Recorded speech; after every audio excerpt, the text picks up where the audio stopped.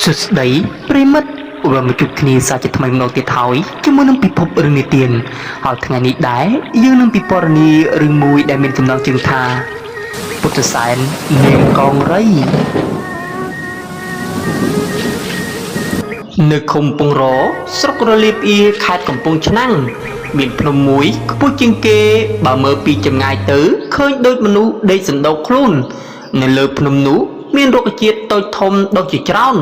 ដោយភ្នំឯទៀតនៅជុំវិញនោះដែរតែប្លែកជាងគេត្រង់ជាងគេភ្នំនោះមានដុះម្អមដុះច្រើនណាស់តាន់តាប់អ្នកស្រុកនៅជុំវិញភ្នំនោះគេមិនបរិភោគម្អមនោះទេព្រោះគេឮចាស់ដំណាលថាភ្នំនោះកើតពីរូបនាងកង្រីដែលជាមហេសីព្រះពុទ្ធសែនហើយគេបានសន្មតថាម្អមនោះគឺជារូបយូនីនៃព្រះនាងកង្រីនោះឯងមិនតែប៉ុណ្ណោះនៅជើងភ្នំនោះមានត្បាល់ថ្មមួយអង្រែមួយធំតាំងពីបុរាណកាលមកមិនដឹងជានរណាបានសាងសង់ទេពួកជនអ្នកឡើងទៅដល់ទីនោះលុះតែយកអង្រែថ្មបុកត្បាល់ថ្មនោះទើបមិនចាញ់ហើយនឹងបានសុខសប្បាយនេះជាជំនឿរបស់អ្នកស្រុកដែលមានតាំងពីបុរាណកាលមកដំណើររឿងសង្ខេបបានពិពណ៌នាថាកាលពីព្រេងនាយមានសេដ្ឋីម្នាក់នៅនគរមួយជាមនុស្សដែលឥតមានកូនបាននាំប្រពន្ធទៅបន់ស្រន់សុំកូននៅក្រោមដើមជ្រៃមួយក្រោយពីបន់មកប្រពន្ធក៏មានកូន12នាក់សុទ្ធតែជាស្រីលុះដល់បានកូនហើយសេដ្ឋីក៏បានធ្លាក់ខ្លួនជាមនុស្សក្រីក្ររកអាហារចិញ្ចឹមពួកគេគ្មានគាត់ក៏បានយកកូនទាំង12នាក់របស់គាត់ទៅប្រោះចោលទៅក្នុងព្រៃជ្រៅក្រោយពីឪពុកម្ដាយបានប្រោះចោលកូនទាំង12នាក់ក៏បាននាំគ្នាដើរទៅក្នុងព្រៃទៅដល់នគរមួយដែលជានគរយក្សស្រីឈ្មោះថានាងសិទ្ធិមាយក្សស្រីនោះមានកូនស្រីមួយឈ្មោះនាងកង្រីនាងសិទ្ធិមាបានឃើញនាងទាំង12ក៏តំណែងខ្លួនជាមនុស្សស្រីនាំយកនាងទាំងនោះទៅទុកនៅប្រាសាទរបស់ខ្លួនឲ្យបម្រើនាងកង្រីជាកូនកាលនាងទាំង12ដឹងថានគរនោះគឺជានគរយក្សារបស់នាងសិទ្ធិមាជាយក្ខិនីរួចពួកគេក៏បាននាំគ្នារត់ចេញពីទីនោះនាងសិទ្ធិមាបានតាមរកក៏ឃើញនាងទាំង12បានក្លាយជាព្រះមហេសីព្រះបាទរតសិទ្ធិនៅនគរមនុស្សក៏បានតំណែងខ្លួនជាស្រីក្រមុំបានធ្វើជាព្រះមហេសីព្រះបាទរតសិទ្ធិនោះដែរលុះទៅដល់យក្ខិនីនាងសិទ្ធិមាបានក្លាយជាព្រះមហេសីព្រះបាទរតសិទ្ធិហើយព្រះបាទរតសិទ្ធិក៏បានងប់ងល់ស្រឡាញ់លើនាងហើយនាងក៏បានធ្វើពុតជាឈឺធ្ងន់ញុះញង់ឲ្យពេទ្យឲ្យទូលព្រះបាទរតសិទ្ធិឲ្យឆ្កៀលភ្នែកនាងទាំង12យកមកធ្វើជាថ្នាំព្យាបាលរោគខ្លួននិងឲ្យនាងទាំង12ដែលមានគភ៌គ្រប់គ្នាទៅទុកនៅក្នុងរណ្ដៅមួយជាមួយគ្នា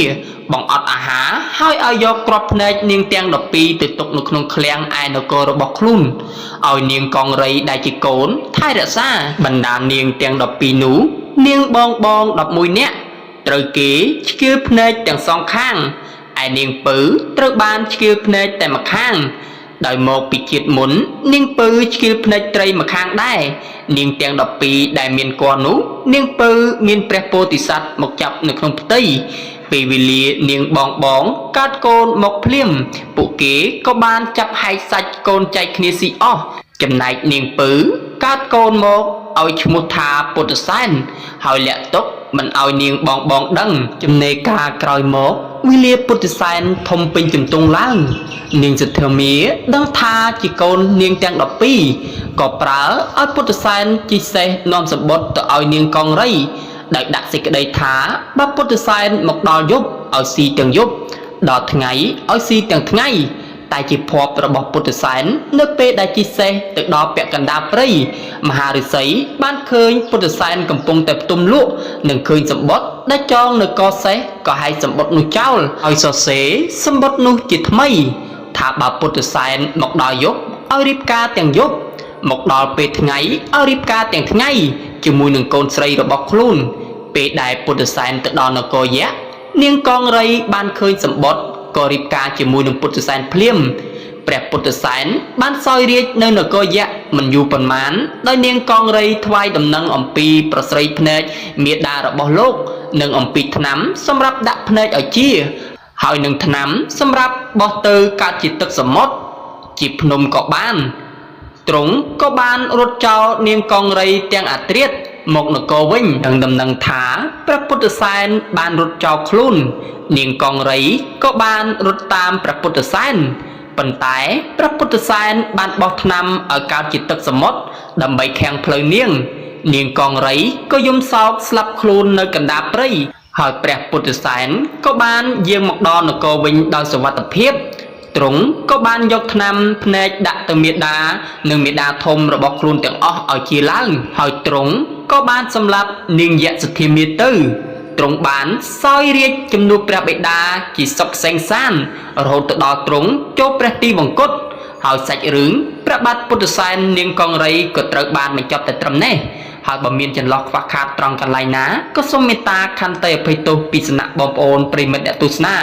ហើយខ្ញុំបាទក៏សូមលំអរកាយគ្រប់លាជួបគ្នានៅពេលវេលាក្រោយហើយសាច់រឿងនេះគឺជាសាច់រឿងមួយដែលដកស្រង់ចេញពីភាគីវីឌីរបស់ខ្មែរហើយបើមានចន្លោះខ្វះខាតត្រង់កន្លែងណាដោយពាក្យពេចន៍លើសលួសឬក៏អានខ្វះក៏សូមមេត្តាខន្តីអភ័យទោសពីសំណាក់បងប្អូនប្រិយមិត្តអ្នកទស្សនាផងហើយខ្ញុំបាទក៏សូមជម្រាបលាបាយបាយ